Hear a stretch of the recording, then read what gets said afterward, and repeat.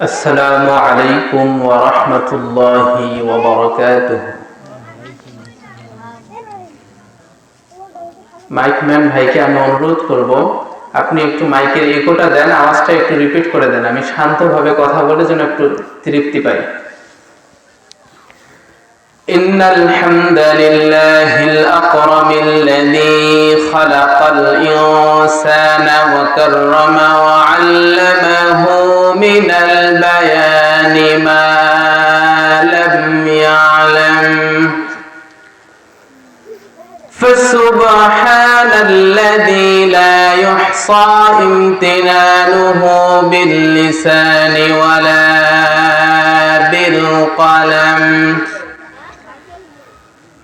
نشهد أن لا إله إلا الله وحده لا شريك له ونشهد أن سيدنا وسندنا وحبيبنا ومولانا محمدا عبده ورسوله الذي أرسله الله تعالى بالحق بشيرا ونذيرا وداعيا إلى الله بإذنه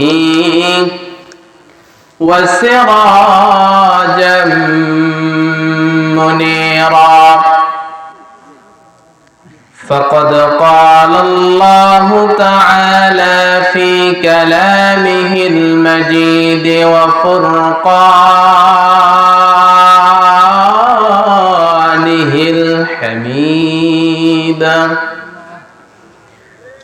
أعوذ بالله من الشيطان الرجيم بسم الله الرحمن الرحيم إن الله وملائكته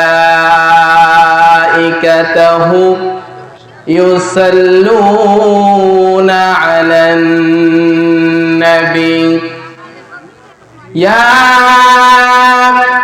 أيها الذين آمنوا صلوا عليه وسلموا تسليما জবান খুলে সকলে পড়ুন আল্লাহুম্মা সাল্লি আলা সাইয়্যিদিনা মাওলানা মুহাম্মদ ওয়া আলা আলি সাইয়্যিদিনা মাওলানা মুহাম্মদ রাসূল আমার ভালোবাসা রাসূল আমার আশা রাসূল আমার প্রেম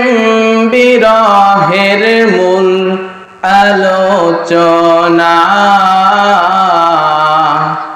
রাসূল আমার কাজে কর্মে অনুপ্রেরণা আল্লাহুম্মা সাল্লি আলা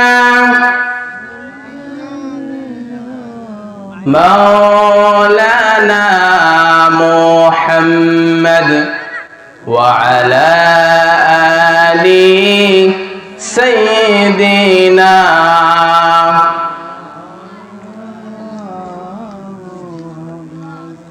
মনটা যদি হইতো প্রবল হাওয়া হইতো যদি শুভন কবুতর মেঘের ডানায় পাঠিয়ে দিতাম, মেঘের ডানায় পাঠিয়ে দিতাম মদিনার পথে, যেথায় আমার প্রিয় নবী ঘুমায় নিরন্তর, যেথায় আমার প্রিয় নবী ঘুমায় নিরন্তর। আল্লাহুম্মা সাল্লি আলা মাওলানা মুহাম্মদ ওয়া আলা আলি সাইয়্যিদিনা।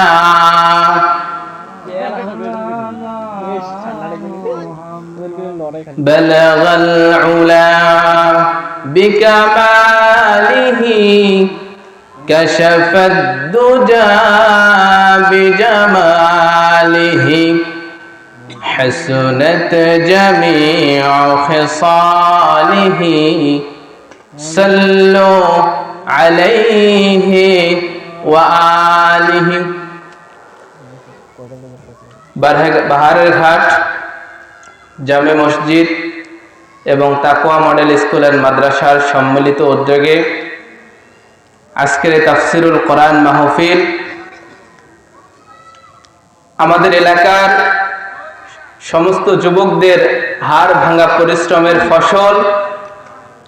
আজকের এই তাফসিরুল কোরআন মাহফিল, আজকের মাহফিলের প্রধান আকর্ষণ আমার সামনে উপবিষ্ট দিন প্রিয়, কোরআন প্রিয়, তাওহীদের পতাকাবাহী, কালিমার ঝান্ডাবাহী তাওহীদপন্থী মুসলমান ভাইয়েরা, এবং সেই সাথে গভীরভাবে স্মরণ করছি জুলাই বিপ্লবে যারা দেশের সার্বভৌমত্ব রক্ষার্থে, দেশের স্বাধীনতাকে টিকিয়ে রাখার জন্য যারা দেশকে ভালোবেসে, দেশের জনগণকে ভালোবেসে যারা অক্লান্ত পরিশ্রম করে যারা জুলাই বিপ্লবকে মানুষের সামনে তুলে ধরেছেন, যারা নিজের তাজা প্রাণ ঢেলে দিয়ে শাহাদাত বরণ করেছেন, এবং সেই সাথে গভীরভাবে স্মরণ করছি আমাদের প্রিয় আল্লামা, যিনি আমাদেরকে এই তাফসিরুল কোরআন মাহফিলের এই প্ল্যাটফর্মটা উপহার দিয়েছেন। আল্লাহ তার কবরগুলোকে জান্নাতের বাগান বানাক করি, আমিন। আলহামদুলিল্লাহ, মহান রব্বুল ইজ্জা ওয়াল জালালের দরবারে অসংখ্য অগণিত শুকর ও সুজুদ, যে মহান রব্বুল ইজ্জা ওয়াল জালাল, যিনি সম্মান দাতা, রিজিক দাতা, বিধান দাতা, বাল্লেওয়ালা সেই মহান রব্বুল ইজ্জা ওয়াল জালালের দরবারে অগণিত চিত্তে হৃদয়ের সবটুকু ভালোবাসা উজাড় করে, আসমান জমিন মোহরিত করে, আকাশ বাতাস প্রকম্পিত করে, শরীরের যতটুকু শক্তি আছে গলার কাছে নিয়ে এসে একযোগে সকলে বলছি আলহামদুলিল্লাহ। বিশ্ব মানবতার মুক্তির দিশারি, নবীদের নবী, শ্রেষ্ঠ নবী, নির্যাতিত নিপীড়িত অসহায় মানুষের আশ্রয়দাতা, সমাজের সমাজপতি, জিহাদের সেনাপতি, নবীদের সম্রাট, দো জাহানের বাদশা নবী মুহাম্মদুর রাসূলুল্লাহ, সকলে পড়ি সাল্লাল্লাহু আলাইহি ওয়াসাল্লাম। সম্মানিত হাজিরিন, আমরা এখানে বসতে পেরেছি, কিন্তু এখনো অনেক মানুষ এখানে বসতে পারে নাই। তার একমাত্র কারণ হলো আল্লাহ পাক মনে হয় তাদেরকে পছন্দ করেননি, ঠিক কিনা? যদি পছন্দ করত, যদি তাদের এখানে আসার নসিবে থাকতো, তাহলে তারা এখানে উপস্থিত হতে পারত। কারণ কোরআনের সম্মানার্থে এখানে উপস্থিত হয়ে কিছু কথা শোনার তাদের দরকার ছিল। কারণ এই এলাকায় দীর্ঘ অনেক দিন পর এখানে কোরআনের মাহফিল হচ্ছে, ঠিক কি না? এর আগে কি হয়েছিল? অনেক আগে হয়েছিল। আজকে আমরা এই তাফসীরুল কোরআনের মাহফিলে উপস্থিত হতে পেরে খুশি না বাজার? আমরা ভবিষ্যতে চাইবো এরকম মাহফিল যেন আমাদের যুবক ভাইরা, আমাদের যারা মাহফিল কর্তৃপক্ষ, তারা যেন এরকম সুন্দর প্ল্যাটফর্ম আমাদেরকে সামনে উপহার দিতে পারে। সকালে পড়ে আমিন। আল্লাহ তাআলা যেন তাদেরকে সেই তৌফিক দেন, পড়ে আমিন। সম্মানিত হাজিরিন, আমি যে কথাটি বলতে চাচ্ছি, যে আয়াতে কারিমা আপনাদের সামনে তেলাওয়াত করেছি, সেটা হচ্ছে সূরা আলে ইমরানের 133 থেকে 35 নম্বর আয়াত। আমি আলোচনায় যাব, তার আগে কিছু কথা না বললেই নয়। সেটা হচ্ছে যে আমরা এখানে এসেছি, আমরা হয়তো এখানে এসে মনে করতেছি না এখানে এসে আর কি হবে। আসলে আমরা জানি না, আমরা যদি কোরআনকে সম্মান করতে পারি, আমরা যদি কোরআনকে শ্রদ্ধা করতে পারি, কোরআনকে যদি মনের ভিতরে লালন করতে পারি, তাহলে কিন্তু আল্লাহ পাক রব্বুল আলামিন আমাদের জিরো থাকা যে ঈমান, আমাদের যে শূন্য ঈমান, সেই ঈমানটাকে জিরো থেকে হিরো বানায় দিতে পারেন। পারেন কি পারেন না? পারেন। আল্লাহ রাব্বুল আলামিন বলেন সূরা আনফালের প্রথম দিকে, সূরা আনফালের একটা আয়াতে বলেন, ইন্নামাল মুমিনুনাল্লাযীনা ইযা যুকিরাল্লাহু ওয়াজিলাত কুলুবুহুম ওয়া ইযা তুলিয়াত আলাইহিম আয়াতুহু زادتهم إيمانا وعلى ربهم يتوكلون জোরে বলেন আল্লাহু আকবার। আল্লাহ রাব্বুল আলামিন বলেন, প্রকৃত মুমিন হচ্ছে তারাই যাদেরকে আমার নাম বললে, যাদের সামনে আমার নাম উচ্চারণ হয়, তাদের হৃদয়ে কম্পন সৃষ্টি হয়, এবং আমার আয়াতে কারিমা তাদের সামনে তেলাওয়াত করা হলে, আমার আয়াতে কারিমা যখন তারা শুনতে পায়, তখন তাদের ঈমানটা যদি জিরো থেকে থাকে, আমার কোরআন শোনার কারণে তার ঈমানটা জিরো থাকা ঈমানকে আমি আল্লাহ হিরো বানায়া দেই। জোরে কোন সুবহানাল্লাহ। তাহলে যেই কোরআন শুনলে আমাদের জিরো থাকা ঈমান হিরো হয়ে যায়, সেই কোরআন শোনার আমাদের দরকার আছে না নাই? আরো যারা বলেন আছে না নাই? দীর্ঘ 16টি বছর কোরআনের মাহফিল বন্ধ ছিল, জাতিকে কোরআন থেকে তারা দূরে সরানোর চেষ্টা করেছিল, দেশটাকে ইসলাম থেকে দূরে সরার জন্য সূক্ষ্ম পরিকল্পনা তারা করেছিল। আল্লাহ পাক রব্বুল আলামিন তার কৌশলকে নস্যাৎ করে দিয়েছেন। কথা বলেন ঠিক কিনা? এই সমস্ত পরিকল্পনা কার? আরো যারা বলেন কার? আমরা যখন পরিকল্পনা করি, আমাদের সামনে প্ল্যান করতে হয়, আমাদের সামনে পরিকল্পনা করতে হয়, আমরা সামনের জীবন কি করব না করব, কিন্তু মহান রব্বুল আলামিনের কোন পরিকল্পনা দরকার হয়? আরো যারা বলেন দরকার হয় না। আল্লাহ রাব্বুল আলামিন বলেন, ইন্নামা আমরুহু ইযা আরাদা শাইআন আন ইয়াকুলা লাহু কুন ফায়াকুন। আল্লাহ রাব্বুল আলামিন বলেন, বান্দারে, তোমার কোনো প্ল্যান করতে হয়, সামনের জীবন কিভাবে চলবে সেটা তোমার পরিকল্পনা করতে হয়, প্ল্যান করতে হয়। কিন্তু আমি মহান রব্বুল আলামিন যখন কোনো কিছুর পরিকল্পনা করতে চাই, যখন কোনো কিছুর বাস্তবায়ন করতে চাই, আমার কোনো পরিকল্পনা লাগে না, আমার কোনো প্ল্যান লাগে না। আমি আল্লাহ রাব্বুল আলামিন যখন বলি কুন, শুরু হয়ে যায়, আবার যখন শেষ করতে বলি শুধু বলি ফায়াকুন, সঙ্গে সঙ্গে কোয়ার্টার সেকেন্ডের আগে সেটা থেমে যায়। জোরে কোন সুবহানাল্লাহ।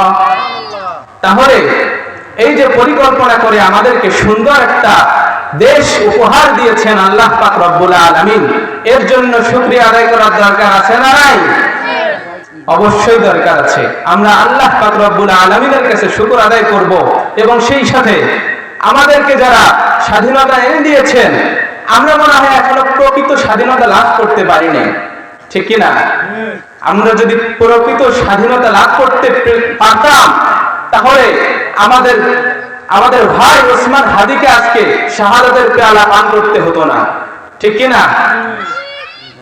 আজকের এই তাফসীরুল কোরআনের মাহফিল থেকে স্পষ্ট আওয়াজে জানাতে চাই, যারাই এই হাদির খুনের সাথে জড়িত অতি দ্রুত কোনো কাল বিলম্ব না করে তাদেরকে আইনের আওতায় নিয়ে এসে দৃষ্টান্তমূলক শাস্তি নিশ্চিত করা হোক, ঠিক কিনা? আমাদের পথে কারা কারা আছেন? সবাই কি আছেন? প্রিয় ভাইরা, আমাদের মাথার তাজ, আমাদের যারা আলেম ছিল তাদেরকে দীর্ঘ 16 বছর কথা বলতে দেওয়া হয় নাই। তাফসীরুল কোরআন মাহফিলে কথা বলেছে, কিন্তু তারা প্রাণ ভরে কথা বলতে পারে নাই। কথা বলেন ঠিক কিনা? যারা বাধা দিয়েছিল তারা আজকে কোথায়? তাদেরকে আজকে টর্চ লাইট দিয়ে খুঁজে পাওয়া যায় না। কথা বলেন ঠিক কিনা? আল্লাহ পাক রব্বুল আলামিন বলেছেন, বান্দা ক্ষমতায় থাকবে সমস্যা নাই, কিন্তু ক্ষমতায় বসে যারা অহংকার করে, যারা অহংকারের জাল বিস্তার করে, তাদের পতন আল্লাহ পাক রব্বুল আলামিন বড় বড় জিনিস দিয়ে দেয় না, ছোট্ট একটা ক্ষুদ্র একটা জিনিসের মাধ্যমে তাদের পতন আল্লাহ পাক রব্বুল আলামিন দিয়ে দিতে পারে। কথা বলেন ঠিক কিনা? আমরা সবাই ইতিহাস কম বেশি জানি। নমরুদকে, এত বড় একজন বাদশাকে আল্লাহ পাক রব্বুল আলামিন কোন বড় নেতা পাঠিয়ে, কোন বড় বাহিনী পাঠিয়ে কি তাদেরকে হত্যা করেছিলেন? না, সাধারণ একটা মশা, একটা ল্যাংড়া মশা দিয়ে নমরুদের পতন ঘটিয়ে তাকে দুনিয়ার থেকে চিরতরে বিদায় করে দেওয়া হয়েছে। কথা বলেন ঠিক কিনা? ঠিক অনুরূপ ভাবে আমরা দেখতে পাই যে ফেরাউন হযরত মুসা আলাইহিস সালাতু ওয়াস সালামের দুশমন ছিল, তেনাকেও কোন বড় বাহিনী দিয়ে ধ্বংস করা হয় নাই। তেনাকে কিভাবে ধ্বংস করা হয়েছে? নীল নদে চুবাইয়া কিভাবে তাকে আল্লাহ পাক রব্বুল আলামিন হত্যা করেছেন তার দৃষ্টান্ত, তার লাশ এখন পর্যন্ত মিশরে আছে, আছে না নাই? আসে। তো প্রিয় ভাইরা, আবু জেহেল আমরা জানি বিশ্ব নবীজিকে অনেক কষ্ট দিয়েছে, অনেক জুলুম করেছে, তার উপরে অনেক অত্যাচার করেছে, কিন্তু শেষ পর্যন্ত তাকে কিভাবে মরতে হয়েছে জানেন কি? জানেন না? বদরের যুদ্ধে বিশ্ব নবীজির ইসলামের প্রথম যখন যুদ্ধ অনুষ্ঠিত হয়, এটা হচ্ছে বদরের যুদ্ধ, এটা হচ্ছে রমজান মাসে অনুষ্ঠিত হয়েছিল। সাহাবীদের পেটে খাবার নাই, রোজা অবস্থায় তারা মক্কা থেকে সবেমাত্র হিজরত করে মদিনায় চলে এসেছেন। ঠিক সেই সময় বদর যুদ্ধের ডাক চলে এসেছে। বদর যুদ্ধের ডাক যখন চলে এলো, বিশ্ব নবীজি বললেন, সাহাবীরা বদর যুদ্ধের ডাক তো চলে এসেছে, তোমরা কি যুদ্ধ করতে পারবে নাকি? না খাওয়া অবস্থায়, রোজা অবস্থায় বিশ্ব নবীজি যখন এই কথা বললেন, সাহাবায়ে কেরাম রাজি হয়ে গেলেন।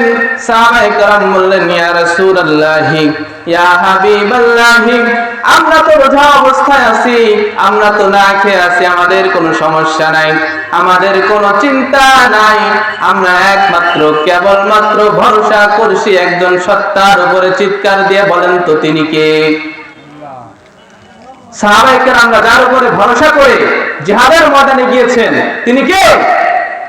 আল্লাহ পাক রব্বুল আলামিন। আল্লাহ তাআলার নামটা বলতে কি কষ্ট হয়? আরো জোরে বলেন, কষ্ট হয়? আল্লাহ তাআলার নামের মতো মধুর নাম পৃথিবীতে কারো কারো আছে? যে আল্লাহ পাক রব্বুল আলামিন আমাদেরকে এত ভালোবাসেন, এত মহব্বত করেন। আল্লাহ পাক রব্বুল আলামিন বলেন, উদউনি আস্তাজিব লাকুম, বান্দা তুমি একবার আমাকে মহব্বতের সাথে ডাকো, আমি অসংখ্যবার তোমার ডাকে সাড়া দেব। সুবহানাল্লাহি বিহামদিহি। তাহলে সেই আল্লাহ পাক রব্বুল আলামিনের নাম যখন উচ্চারিত করব, তখন আমরা নিজের মনে সংশয় না রেখে চিৎকার দিয়ে আল্লাহ পাক রব্বুল আলামিনের নামকে উচ্চারণ করব। ঠিক আছে তো ইনশাআল্লাহ? তো প্রিয় ভাইরা, বদর যুদ্ধের ডাক যখন এক পর্যায়ে চলে আসলো,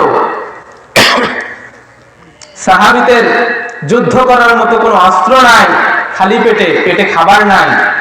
বিশ্ব নবীজি বললেন যে সাহাবীরা, এই বছর তো কেবল রোজা ফরজ হলো, সবে মাত্র রোজা ফরজ হয়ে গেল, কিন্তু তোমাদের পেটে তো যেহেতু খাবার নাই, জিহাদ করতে গেলে তো শক্তির প্রয়োজন আছে, ঠিক কি না? তো বিশ্ব নবীজি বললেন যে তোমরা রোজা ভেঙে ফেলো, রোজা রাখার কোনো দরকার নাই, কারণ তোমরা জিহাদের ময়দানে যাইতেছো, তোমরা রোজা ভেঙে ফেলো। তখন কোন সাহাবী রোজা ভাঙার সাহস পেলেন না। তখন বিশ্ব নবীজি আগে রোজা ভাঙলেন, ভাঙার পরে সকলকে বললেন যে তোমরা রোজা ভেঙে ফেলো। সকল সাহাবী যখন রোজা ভেঙে ফেলল, সবাইকে যখন একত্রিত করা হলো জিহাদের ময়দানে পাঠানোর জন্য, তখন কোনো গুলি নাই, অস্ত্র নাই, তাদের কাছে কোনো বুলেট নাই, কোনো কিছুই নাই, কোনো অস্ত্র ছাড়াই, কোনো পরিকল্পনা ছাড়াই জিহাদের ডাক যখন চলে আসলো, বিশ্ব নবীজির কাছে যখন সবাই হাজির হয়ে গেল, বিশ্ব নবীজি এক এক করে গুনতে গুনতে দেখতে পেল সেখানে 313 জন সাহাবী উপস্থিত হয়েছে। 313 জন সাহাবী উপস্থিত হওয়ার পরে ছোট্ট দুইটা বাচ্চা, মদিনার প্রাণ ছেলে মায এবং মুআজ রাদিয়াল্লাহু তাআলা আনহু, ছোট্ট দুইটা বাচ্চা, 11 বছর আর 13 বছরের দুইটা বাচ্চা বিশ্ব নবীজির সামনে যখন হাজির হয়ে গেলেন, বিশ্ব নবীজির সামনে হাজির হয়ে গিয়ে বললেন, ইয়া রাসূলুল্লাহ, ইয়া হাবিবাল্লাহ, আমরা শুনতে পেরেছি আপনার নাকি জিহাদের লোকজন কম হয়েছে, বাহিনী নাকি কম হয়েছে, আমরা জিহাদের ময়দানে যেতে চাই, আপনি যদি আমাদেরকে পারমিশন দিয়ে দেন আমরা জিহাদের ময়দানে যেতে প্রস্তুত আছি। বিশ্ব নবীজি বললেন, ও ছোট্ট সাহাবীরা, তোমরা তো ছোট মানুষ, তোমাদের গায়ে বল নাই, তোমাদের গায়ে শক্তি নাই, তোমরা কিভাবে জিহাদ করবে? তোমরা তো অস্ত্র ধরতে পারবে না, তোমাদের গায়ে তো শক্তি নাই। বিশ্ব নবীজিকে তখন ছোট্ট দুইটা বাচ্চা ডাক দিয়ে বলছেন, ইয়া রাসূলুল্লাহ, ইয়া হাবিবাল্লাহ, আমরা তো ছোট্ট মানুষ, কিন্তু আমাদের মধ্যে কুস্তি লাগায় দেন, দিয়ে দেখেন আমরা শক্তিতে পারি কিনা। আমরা অবশ্যই শক্তিশালী, আমরা মনের দিক থেকে শক্তিশালী, আমরা তো নিজেকে মনে করি আমরা শক্তিশালী, কিন্তু আপনার কাছে যদি মনে হয় আমাদের শক্তি নাই, তাহলে আপনি আমাদেরকে একটা লড়াই, একটা কুস্তি লাগায় দেন শক্তি পরীক্ষা করার জন্য। তখন দুই ভাইকে যখন বিশ্ব নবীজি আদেশ করলেন যে তোমরা একটু লড়াই করে আমাকে দেখায় দাও তোমাদের মধ্যে শক্তির দিক থেকে কে আগায় আছো, এক পর্যায়ে বিশ্ব নবীজির এই হুকুম মোতাবেক তারা যখন কুস্তি লড়াই শুরু করে দিল, বিশ্ব নবীজি যখন তার এই দৃশ্য দেখতে পেলেন, বড় ভাইটা যখন ছোট ভাইকে নিচে ফেলে দিয়ে তার বুকের উপরে যখন উঠে বসেছে, বিশ্ব নবীজি দেখতে পেলেন ছোট ভাইটা বুকে বড় ভাইয়ের কানের কাছে মুখ নিয়ে এসে বলছে, ভাই একসাথে খাই, একসাথে বলি, একে বাবার ভাত খাই, একে সব সময় একসাথে চলাফেরা করি, আজকে তুমি জিহাদের ময়দানে একাই যাবে, শক্তির দিক থেকে তো তুমি অবশ্যই বেশি থাকবে, কারণ তুমি বয়সে বড়, তুমি একটু তোমার গায়ের জোরটা কমায় দাও, আমি তোমাকে একটু বুকের উপরে উঠে প্রমাণ করে দেই যে শক্তির দিক থেকে আমি কোনো অংশে কম নই। জোরে কোন সুবহানাল্লাহ। তাহলে ছোট্ট দুইটা বাচ্চা, গায়ের শক্তি নাই, কিন্তু কিসের শক্তি আছে? জোরে বলেন, ঈমানের শক্তি, ঈমানের শক্তি। তাদের ঈমানটা মজবুত হওয়ার কারণে তাদের মনোবল আল্লাহ পাক রব্বুল আলামিন মজবুত করে দিয়েছিলেন। তাহলে আমরা কেমন ঈমানদার, তাদের সাথে কি আমাদের ঈমানের তুলনা করা যাবে? আমরা সাধারণ একটা বিষয়, যদি আমাদেরকে হত্যার হুমকি দেওয়া হয়, আমরা ঈমান ছেড়ে দিয়ে আমরা অন্য ধর্মে যেতে পারি কিনা? কারণ আমাদের মনে ভয় আছে। কিন্তু আমাদের যদি ঈমানটা তাদের মতো মজবুত থাকতো, তাহলে আমরা আমাদের মনোবলকে যিনি মজবুত করে দিতেন তিনি কে? আল্লাহ পাক রব্বুল আলামিন। শেষ পর্যন্ত তারা কুস্তিতে, যখন কুস্তি শেষ হয়ে গেল, জিবরিল আমিন বিশ্ব নবীজির কাছে এসে বললেন, ইয়া রাসূলুল্লাহ, ইয়া হাবিবাল্লাহি, ছোট্ট দুইটা বাচ্চাকে পারমিশন দেওয়ার জন্য আল্লাহ পাক রব্বুল আলামিন আপনাকে হুকুম করেছেন। জোরে কোন সুবহানাল্লাহ। তাহলে ছোট্ট দুইটা বাচ্চা, এখনো বোঝার বয়স হয় নাই, সেই ছোট্ট দুইটা বাচ্চাকে জিহাদের ময়দানে যাওয়ার জন্য হুকুম যিনি দিয়েছিলেন তিনি কে? আল্লাহ পাক রব্বুল আলামিন। তিনি বিশ্বনবীজিকে আদেশ করলেন যে তুমি পারমিশন দিয়ে দাও। এক পর্যায়ে যখন পারমিশন দেওয়া হলো, সবাই যখন জিহাদের ময়দানে রওনা করলো, বিশ্বনবীজিও রওনা করেছেন। ছোট্ট দুইটা বাচ্চা সামনের কাতারে দাঁড়ায় গেছে, জিহাদের ময়দানের সামনের কাতারে দাঁড়ায় গিয়া এক পর্যায়ে তাদের কারো কোনো টার্গেট নাই, কারো প্রতি কোনো টার্গেট নাই, একমাত্র তাদের টার্গেট হচ্ছে আবু জেহেল। কে? বিশ্বনবীজির যে ছোট্ট দুইটা সাহাবী, তাদের টার্গেট কে? আবু জেহেল। তারা কাউকে টার্গেট করে নাই, কোনো কাফেরকেই তারা টার্গেট করে নাই, একমাত্র তাদের টার্গেট ছিল আবু জেহেল। একজন সাহাবীকে ডাক দিয়ে বলছেন যে চাচা, আবু জেহেলটাকে, তিনি নাকি নবীজিকে অনেক অত্যাচার করত, তার উপরে নাকি অনেক জুলুম করত, তেনাকে একটু দেখায় দেন তো তিনি কে? ওই সাহাবী ডাক দিয়ে বললেন, ও ছোট্ট বাচ্চারা, তোমরা কে? তোমরা তো ছোট মানুষ, তোমরা আবু জেহেলকে দেখে কি করবে? তোমাদের তো তার সাথে কোনো কাজ থাকা কথা নয়। তখন ছোট্ট দুইটা বাচ্চা বলছেন, ও চাচা, আমরা কোনো কাজ করব না, আমরা কিছুই করব না, শুধু আপনি শুধু দেখায় দেন আবু জেহেলটাকে। এক পর্যায়ে যখন সাহাবী বলল, ওই যে ঘোড়ার পিঠে বসে আছে, দুই পা ছেড়ে দিয়ে সুন্দর করে সেনাপতির দায়িত্ব পালন করতেছে জিহাদের সেনাপতি আবু জেহেল, ছোট্ট দুইটা বাচ্চা পজিশন নিয়ে চলে গেছেন। এই কথা শোনার সঙ্গে সঙ্গে বাজ পাখির মতো উড়ান্ত হয়ে, সিংহের মতো গর্জন দিয়া ওই আবু জেহেলের পাশে যখন দাঁড়ায় গেছেন, ছোট্ট দুইটা বাচ্চা মনে করে কেউ তাদের দিকে লক্ষ্য রাখে নাই। বিশ্বনবীজির সেই ছোট্ট সাহাবীরা যখন আবু জেহেলের পাশে দাঁড়ায় গেছেন, এক পর্যায়ে আল্লাহু আকবার বলে ছোট্ট তরবারি দিয়া আবু জেহেলের পায়ে এমন করে আঘাত এনেছে, ইতিহাস সাক্ষী ওই যে আঘাত খেয়ে বিশ্বনবীজির ওই সাহাবীদের আঘাত খেয়ে আবু জেহেল যে ধরাশয়ী হয়ে জমিনে পড়ে গেছে, ইতিহাস সাক্ষী আর কোনদিন আবু জেহেল কোমর সোজা করে দাঁড়াতে পারে নাই। জোরে কোন সুবহানাল্লাহ। তাহলে যেই বড় বড় নেতা, যারা বড় বড় নেতা অহংকারের কারণে যারা মানুষের সার্বভৌমত্বকে নষ্ট করতে চায়, মানুষের স্বাধীনতাকে নষ্ট করতে চায়, তাদের পতন আল্লাহ কিভাবে দেন? কোন বড় বাহিনী দিয়ে দেন না, এমন ছোট্ট পরিকল্পনার মাধ্যমে তাদেরকে পতন করে দেওয়া হয়, সেটা তারা নিজেও বুঝতে পারে না। কথা বলেন ঠিক কিনা? তার বাস্তব দৃষ্টান্ত হচ্ছে 5 আগস্ট। 45 মিনিট টাইম দিয়েছিল, গণভবনের ভিতরে মাছ রান্না হয়েছিল, পোলাও রান্না হয়েছিল, কিন্তু সেই লাঞ্চ কভার করেছে কে? যুবকেরা।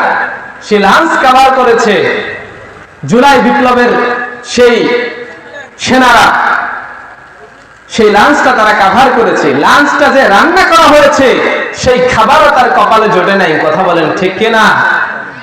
এই সমস্ত মানুষদেরকে ভাবা উচিত যে আমরা যে অহংকারের চোটে যে মানুষের উপরে জুলুম করতেছি, অত্যাচার করতেছি, হোক না সেটা ছোট অত্যাচার, হোক না সে বড় অত্যাচার, কিন্তু অত্যাচারে তো অত্যাচারকে অত্যাচার মনে না করে ছোট্ট অত্যাচার বলে যাদের উপরে জুলুম করা হয়েছে, অত্যাচার করা হয়েছে, তাদের বদদোয়া, তাদের হা নিঃশ্বাস এত ভয়ঙ্কর হয়ে দাঁড়িয়েছে যে 5 আগস্ট তার দৃষ্টান্ত আমরা দেখতে পেয়েছি। কথা বলেন ঠিক কিনা?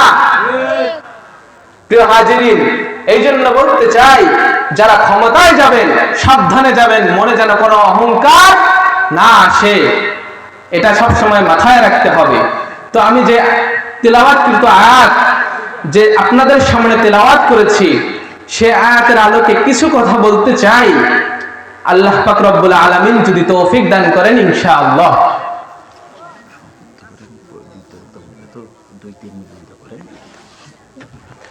প্রিয় হাজিরিন, আমি যে উল্লেখিত আয়াত তেলাওয়াত করেছি এখানে, এই আয়াতের ব্যাখ্যা করার হয়তো সময় হবে না। আমি যদি ভবিষ্যতে কখনো সময় পাই তাহলে চেষ্টা করব। সর্বোপরি একটা কথা হচ্ছে যে আমরা বিনয়ের সাথে বাঁচতে চাই।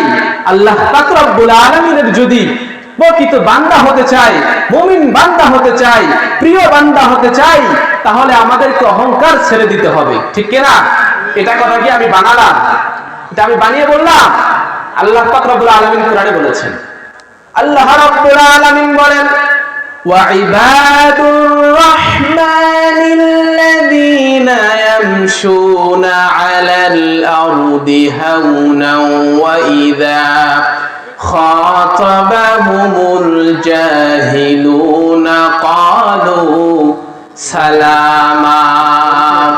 আল্লাহ রাব্বুল আলামিন বলেন, আমি আল্লাহর প্রিয় বান্দা হচ্ছে তারা যারা আমি আল্লাহর জমিনে নম্র ভদ্র বিনয়ের সাথে যারা চলাফেরা করে, যারা সুন্দর আচরণের পরিচয় দিয়ে যারা জমিনের মধ্যে বিচক্ষণ করে, তারাই হচ্ছে আমি আল্লাহর প্রিয় বান্দা। এবং তাদের সামনে যদি কেউ তর্ক করে, তাদের সামনে যদি কেউ তাদেরকে অপমান করে কথা বলে, তাদের সামনে যদি কেউ গালাগালি করে, তাদের গালির জবাবে গালি দেয় না, তারা গালির জবাবে গালি না দিয়ে তারা ভালো আচরণ দিয়ে তার উত্তর দিয়ে দেয়, তারা কখনো মূর্খের সাথে তর্কে জড়ায় না, তারা সুন্দরভাবে ভালোর পরিচয় দিয়ে তারা সুন্দরভাবে জমিনের মধ্যে বিচক্ষণ করে। জোরে কোন সুবহানাল্লাহ। প্রকৃত মুমিন হচ্ছে তারাই যারা মহান রব্বুল আলামিনের জমিনে সুন্দরভাবে বিচক্ষণ করে, নম্র ভদ্রতার পরিচয় দিয়ে অহংকার ভিতরে না এনে সুশৃঙ্খল ভাবে যারা চলাফেরা করে, তারাই হচ্ছে আল্লাহ পাক রব্বুল আলামিনের প্রিয় বান্দা। কথা বলেন ঠিক কিনা? আজকে যারা অহংকার করেছে, আপনারা একটা কথা সব সময় মাথায় রাখবেন, একটা জিনিসের বিচার আল্লাহ পাক রব্বুল আলামিন সাথে সাথেই করেন, সেটা হচ্ছে অহংকার। অহংকার হচ্ছে আল্লাহ তাআলার চাদর। এই চাদর নিয়ে যে টানাটানি করে, তাদেরকে এই চাদরের নূর পুরে সারখার করে জমিনের নিচে ডাবিয়ে দেয়। কথা বলেন ঠিক কিনা? তার বাস্তব দৃষ্টান্ত আপনারা দেখতে পান নাই? দেখতে পান নাই? পেয়েছেন। এই জন্য আমি আপনাদেরকে অনুরোধ করব যে কখনোই যেন ভিতরে অহংকার না আসে, কারো প্রতি কোনো হিংসা বিদ্বেষ যেন আমাদের মনে না আসে। কারণ বিশ্ব নবীজি বলেছেন, قال النبي صلى الله عليه وسلم إياكم والحسد فإن الحسد يأكل الحسنات كما تأكل النار الحطب।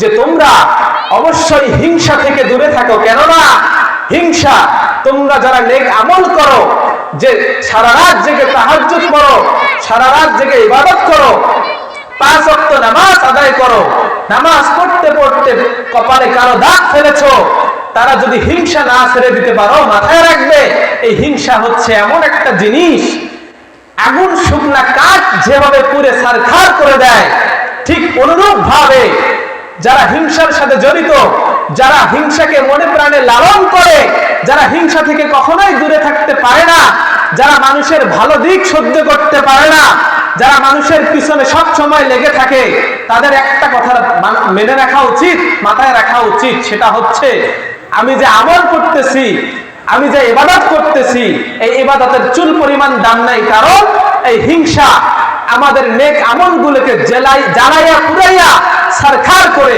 জাহান্নামের পথিক আমাদেরকে বানায় দেন। জোরে কোন নাউজুবিল্লাহ। তাহলে আমাদের মনে হিংসা থাকা যাবে?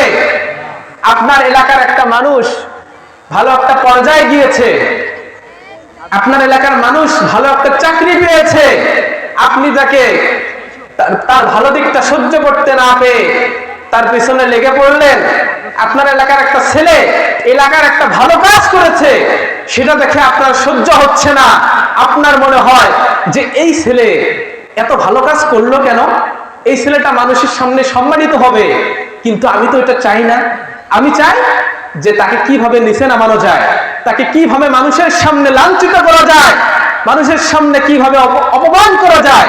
কিন্তু একটা কথা মাথায় রাখবেন, আল্লাহ পাক রব্বুল আলামিন যাকে সম্মানিত করেন, দুনিয়ার কোন শক্তি তাকে নিচে নামাতে পারে না। কথা বলেন ঠিক কিনা? আমাদের প্রিয় আল্লামা তেনাকে আল্লাহ পাক রব্বুল আলামিন সম্মানিত করেছিলেন, কিন্তু যারা তার উপরে জুলুম করেছে, এত অত্যাচার করেছে, তার উপরে মিথ্যা অপবাদ দিয়েছে, একটা কথা মাথায় রাখবেন, তার সম্মান কখনোই কমে নাই, এখনো কমে নাই। গোটা বিশ্ব তার মৃত্যুর কামনা, মৃত্যুর খবর পেয়েছে, গোটা বিশ্ব তার জন্য কেঁদেছে। কথা বলেন ঠিক কিনা?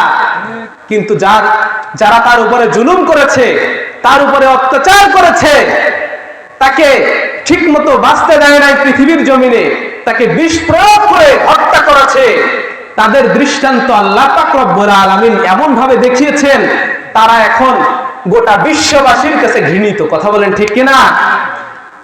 কিন্তু যারা জুলুমের শিকার হয়েছে, তাদের সম্মান আল্লাহ পাক রব্বুল আলামিন বৃদ্ধি করেছেন।